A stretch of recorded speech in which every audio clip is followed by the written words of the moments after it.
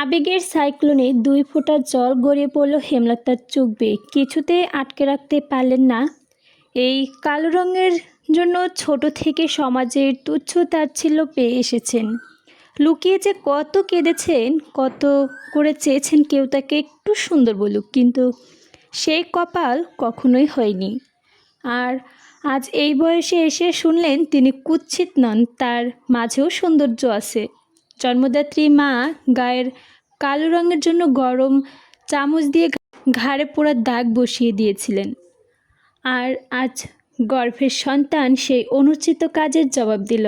আল্লাহর সৃষ্টি কেউ অসুন্দর নয়, সবার মধ্যেই সৌন্দর্য আছে, যা ধরা পড়ে শুধুমাত্র সুন্দর একজোড়া চোখে।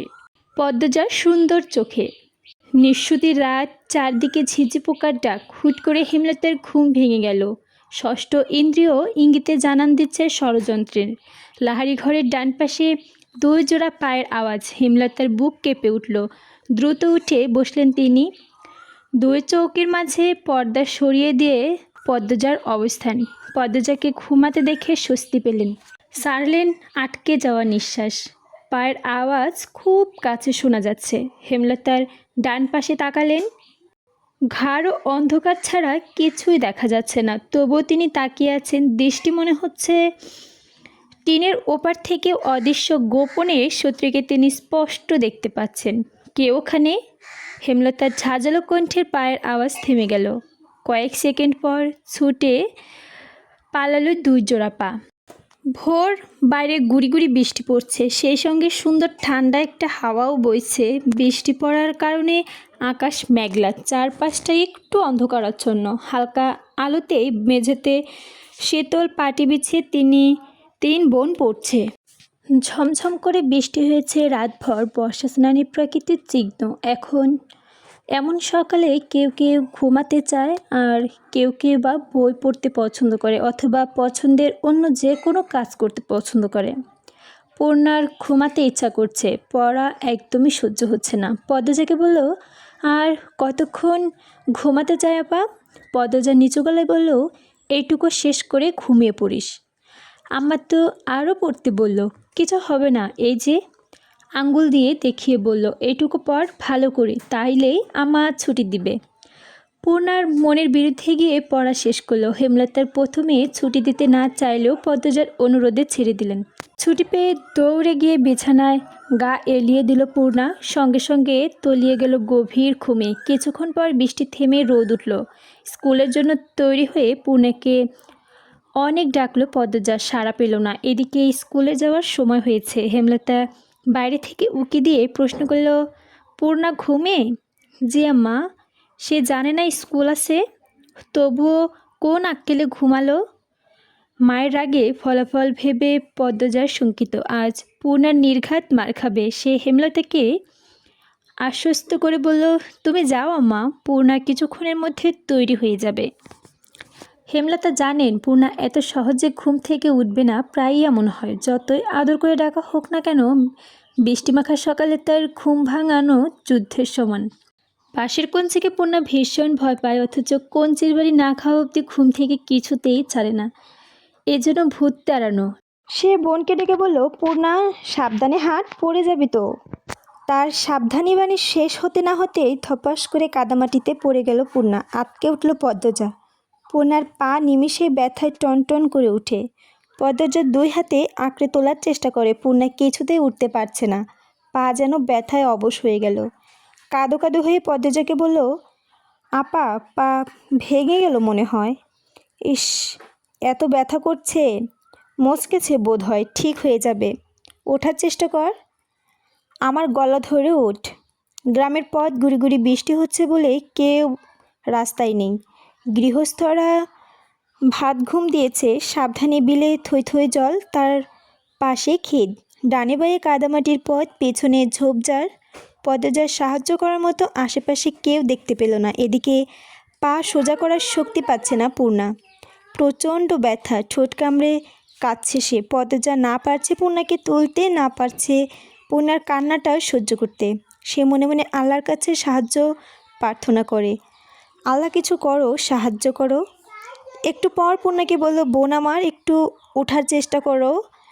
পদজার উৎসাহে পূর্ণা পায়ের পাতা মাটিতে ফেলল, কিন্তু সঙ্গে সঙ্গে ব্যথায় বিজলিত চমকে উঠল তার পুরো শরীর। ওমা আপারে, পারছি না, আমার পা শেষ, মরে যাব আমি। এসব বলিস না, পায়ের ব্যথায় কেউ মরে? অল্পক্ষণের মধ্যে আহত পা ফুলে 2 ইঞ্চি উঁচু হয়ে গেছে। তা দেখে আতঙ্কে চোখ মুখ নীল হয়ে গেল পদ্মজার। কান্না পাচ্ছে তার। পদ্মজা আলতো করে চাপ দিতেই পায়ের ব্যথা চেঁচিয়ে উঠল পূর্ণা। একটু সাবধানে হাঁটলে কি হতো? ইস, এখন কি কষ্টটা হচ্ছে? পদ্মজার চোখে জলে ভরে উঠেছে। আপা, আপা, ব্যথায় মরে যাচ্ছি। পদ্মজা খুব কাছে পায়ের শব্দ পেল। চকিতে চোখ তুলে তাকালো সে ক্ষেতের দিকে। পর মুহূর্তে হাসি ফুটে উঠল ঠোঁটে। সে উচ্ছ্বাসে চেঁচিয়ে উঠল, পূর্ণারে, আম্মা আসছে। হেমলতাকে দেখে পূর্ণার কলিজায় প্রাণী প্রায়। মাকে দেখে যেন ব্যথা অনেকটা কমে গেছে। হেমলতা ছুটে আসেন, পূর্ণার মাথায় হাত বুলিয়ে বললেন, কিছু হয়নি, এসব সামান্য ব্যাপার। এরপর পদ্মজাকে বললেন, তুই বইগুলো নে। হেমলতার এদিকে সেলাই করা কাপড় দিতে এসেছিলেন। যার কাপড় ছিল সে অসুস্থ, তাই যেতে পারছিল না। বাড়িতেও কোনো কাজে মন টিকছিল না, তাই ছাতা নিয়ে বেরিয়ে পড়েন। ঘরে চুপচাপ বসে থাকার চেয়ে একটু মানুষের সাহায্য করা ভালো। ফেরার পথে তিনি দূর থেকে দুটো বিপর্যস্ত মেয়েকে দেখতে পেলেন। একটা মেয়ে পথে বসে আছে, আরেকটি মেয়ে তাকে তোলার চেষ্টা করছে। মেয়ে দুটোকে চিনতে পেরে বুক কেঁপে উঠল তার। পথ দিয়ে আসলে দেরি হবে বলে তিনি ক্ষেতের ভেতর দিয়ে ছুটে এসেছেন। পূর্ণা ব্যথায় যেন নিঃশ্বাস নেওয়ার শক্তি পাচ্ছে না। একটা ভ্যান পাওয়া গেলে খুব উপকার হতো। আশ্চর্যভাবে 2 মিনিটের মাথায় দেখা মিলল ভ্যানের চিত্রা, লিখনসহ আরও 2 জন। তারা মাতব্বর বাড়িতে গিয়েছিলেন। আর একটু এগোতেই পদ্মজা আর তার মা বোনকে দেখতে পেল চিত্রা। উদ্গীর্ণ কণ্ঠে ভ্যান চালককে বলল, চাচা, ভ্যান থামান।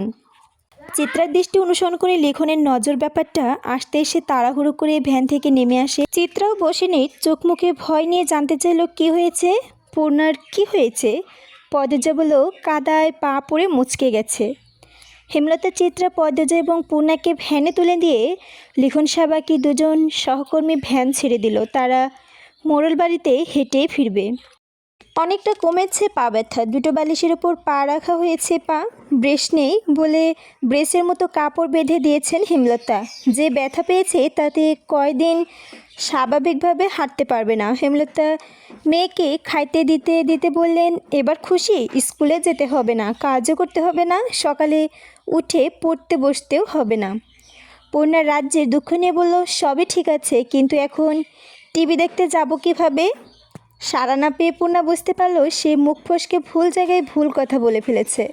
বিব্রত হয়ে উঠল ও ঢোক গিলল। তারপর কাচুমাচু হয়ে মিয়ে যাওয়ার গলা বলল, মোটেও খুশি হয়নি। পূর্ণার অগোচরে হেমলতার ঠোঁটে চেপে হাসেন। আড়াল থেকে তা দেখে পদ্মজাও হাসল। তখন দিনের শেষ ভাগ। সূর্যমামা আকাশ গাঢ় লাল আভায় রাঙিয়ে বিদায় নিতে চাইছেন। আকাশের সঙ্গে মিশে গেল ঘন কালো মেঘ। সেই মেঘের ফাঁক দিয়ে উকি দিয়েছে দিনান্তরের শেষ আলো। ঠিক তখন মগা এসে জানালো, মুন্নার বাপ খুন হয়েছে। কথাটি শোনার সঙ্গে সঙ্গে উপস্থিত সবার মাথায় যেন আছড়ে পড়ল বজ্র। পঙ্গু, ভিক্ষুক, অসহায় মেয়েটাকে আবার কে মারল? এমন মানুষের শত্রু থাকে, তাও আবার এমনি যে একেবারে মেরে ফেলছে। হেমলতা শ্বাসরুদ্ধকর কণ্ঠে প্রশ্ন করল, এখনকার ঘটনা? মগা জানালো, দুপুরের কথা। দুপুর 2টো কি 3টায় গ্রামবাসী জানতে পারে ঘটনাটি। আস্তে আস্তে সব গ্রামে খবর যাচ্ছে। লাশ নোয়াপাড়ায় ধান খেতে পাওয়া গেছে। সবাই মিলে মুন্নার বাপকে দেখতে যাচ্ছে। বাড়িতে রয়ে যায় শুধু পদ্মজা, পেমা ও পূর্ণা। পুলিশ লাশ নিয়ে যাওয়ার পর সবাই মুন্নাকে নিয়ে বিপাকে পড়ে। আত্মীয় স্বজন বলে তার কেউ নেই। দুঃসম্পর্কে যারা আছে তারা মুন্নার দায়িত্ব নিতে চাইল না। মতবর মুন্নার ভার দিতে চেয়েছিলেন, কিন্তু মুন্না জানালো সে থাকলে পদ্মজাদের বাড়িতেই থাকবে। হেমলতা মাতবরের অনুমতি নিয়ে সান্দনে মুন্নাকে নিয়ে বাড়িতে নিয়ে আসেন। এখন সে মুন্না এই বাড়ির ছেলে। পদ্মজা, পূর্ণা খুব খুশি হয়। খুশি হলো না শুধু প্রেমা, মুন্নাও প্রেমা সমবয়সী। প্রেমা ভাবছে তার আদর এখন ভাগাভাগি হয়ে যাবে। হেমলতার ব্যাপারটা বুঝতে পেরে পদ্মজাকে বলল, প্রেমার বোধহয় মুন্নাকে পছন্দ হচ্ছে না। দুজনের মধ্যে সাক্ষাৎ করে দিই, যাতে একজন আরেকজনকে আপন চোখে দেখে। পদ্মজা আশ্বস্ত করে বলল, কয়দিন গেলেই মিশবে। মুন্না বেঘরে ঘুমাচ্ছে। হেমলতা তাকে ঘরে এনে গরম গরম ভাত খাইতে দিয়েছিল। খেয়ে ছেলেটা ঘুমিয়ে পড়ে। রাত তো কম হলো না। মা বোনের বৈঠক দেখে পূর্ণা বলল, আম্মা, মুন্না নতুন নাম রাখা উচিত। কেন? এখন থেকে মুন্না আমাদের ভাই, আমাদের নাম প দিয়ে, তাই ওর নামও প দিয়েই হবে, তাই না আপা? হেমলতা হেসে বললেন, তুই নাম রাখ তাহলে। রেখেছি তো, পান্ত মোড়ল। মুন্নাকে আগে ওর নতুন নাম সম্পর্কে জানা, যদি রাজি হয় তবে সবে নামই ডাকবো। ওর তো পছন্দ আছে। রাজি হবে না মানে? পিটিয়ে রাজি করাবো। মেয়ের কথায় হেমলতা হাসলেন। পূর্ণা বলল, শ্বশুরবাড়ি গিয়ে আনার মতো একটা ভাই হলো আমাদের। আপাদের যখন বিয়ে দেব, আমরা পান্ত গিয়ে আপাকে নিয়ে আসবে, তাই না মা?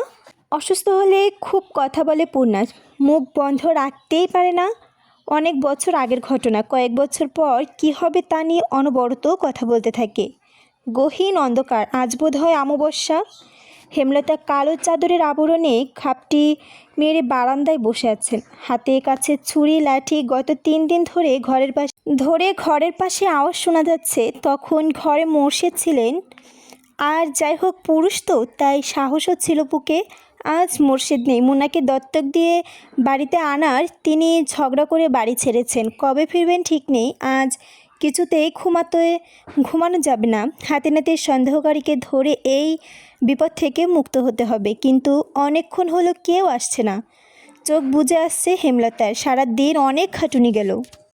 কাদামাটিতে ছপ ছপ শব্দ করে কেউ আসছে। হেমলতা সতর্ক হয়ে ওঠেন, শক্ত করে ধরলেন লাঠি ছুরি। পায়ের শব্দটা কাছে আসতেই তিনি বেরিয়ে আসেন। অন্ধকারে মুখ পরিষ্কার নয়, আন্দাজে ছুঁড়ে মারলেন হাতের লাঠি। লাঠিটা বেশ ভালোভাবে পড়ল সামনে থাকা ছায়াটির উপর। হতভাগা আর্তনাদ করে বসে পড়ল মাটিতে। ততক্ষণে পেছনের ছায়াটি দৌড়ে পালালো। প্রথমজন পালালো চেষ্টা করলেও হেমলতার জন্য পেরে উঠল না। তিনি আরেকটা লাঠি দিয়ে আবার আঘাত করে বসলেন। তার দৃষ্টি থেকে যেন আগুন স্ফুরিত হচ্ছে। আহত ব্যক্তি আর্তচিৎকার শুনে বাড়ির ভেতর থেকে ছুটে আসে সবাই। টর্চের আলোতে চারদিকে আলোকিত হয়ে ওঠে। হেমলতার স্বাভাবিক ভঙ্গি নিয়ে দাঁড়িয়ে আছেন। তিনি যেন জানতে ছায়াটিরই আসার কথা ছিল। আজই শুটিং দলের বাড়ি থেকে বের করবেন, তবে শান্তি হই। হুল্লোড় শুনে পদ্মজা, প্রেমা, মুন্না বেরিয়ে আসে। পূর্ণা ঘরেই রইল। চোখের সামনে ডিরেক্টর আবু জাহেদকে দেখে চমকে গেল পদ্মজা। আর ঠিক তখনই কৌতুকে যেন আগমন ঘটল মোর্শেদের। আবুল জাহেদকে আহত অবস্থায় দেখে সবাই চমকে গেল। তার কপাল বেড়ে রক্ত ঝরছে। ফার্স্ট এইড বক্স আনতে একজন দৌড়ে যায় বাড়ির ভেতর।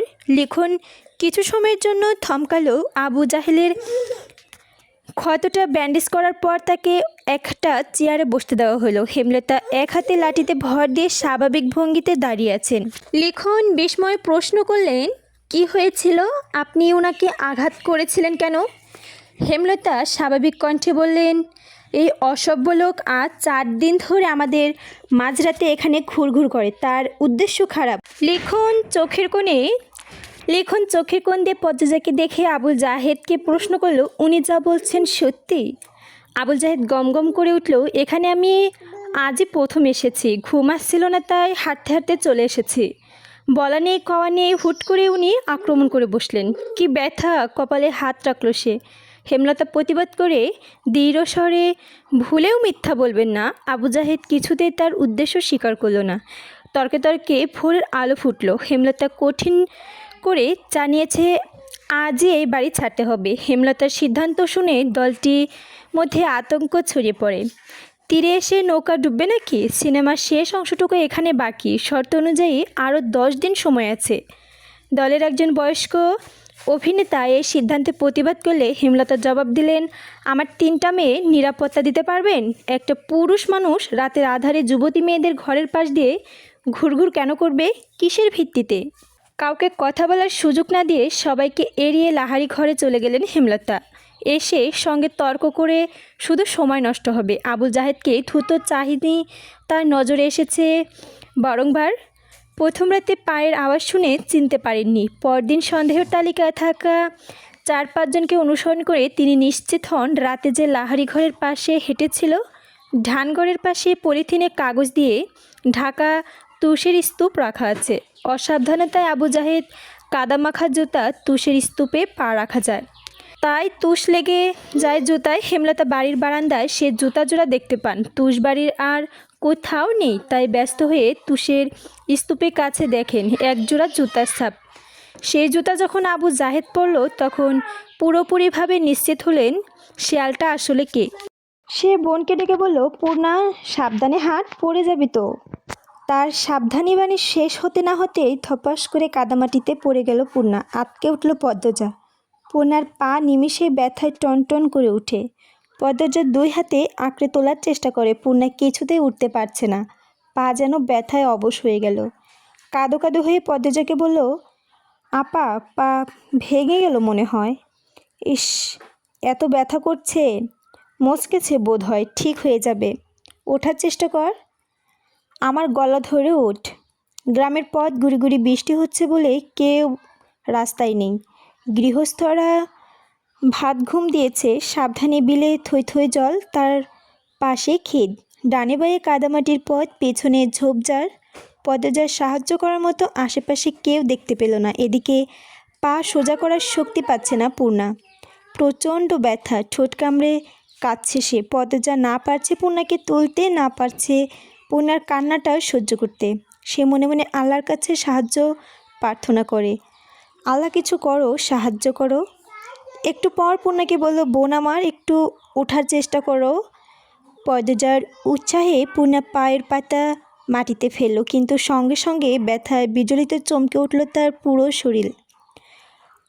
ওমা, আপারে, পারছি না, আমার পা শেষ, মরে যাব আমি। এসব বলিস না, পায়ের ব্যথায় কেউ মরে? অল্পক্ষণের মধ্যে আহত পা ফুলে 2 ইঞ্চি উঁচু হয়ে গেছে। তা দেখে আতঙ্কে চোখ মুখ নীল হয়ে গেল পদ্মজার। কান্না পাচ্ছে তার। পদ্মজা আলতো করে চাপ দিতেই পায়ের ব্যথা চেঁচিয়ে উঠল পূর্ণা। একটু সাবধানে হাঁটলে কি হতো? ইস, এখন কি কষ্টটা হচ্ছে। পদ্মজার চোখে জলে ভরে উঠেছে। আপা, আপা, ব্যথায় মরে যাচ্ছি। পদ্মজা খুব কাছে পায়ের শব্দ পেল। চকিতে চোখ তুলে তাকালো সে ক্ষেতের দিকে। পর মুহূর্তে হাসি ফুটে উঠল ঠোঁটে।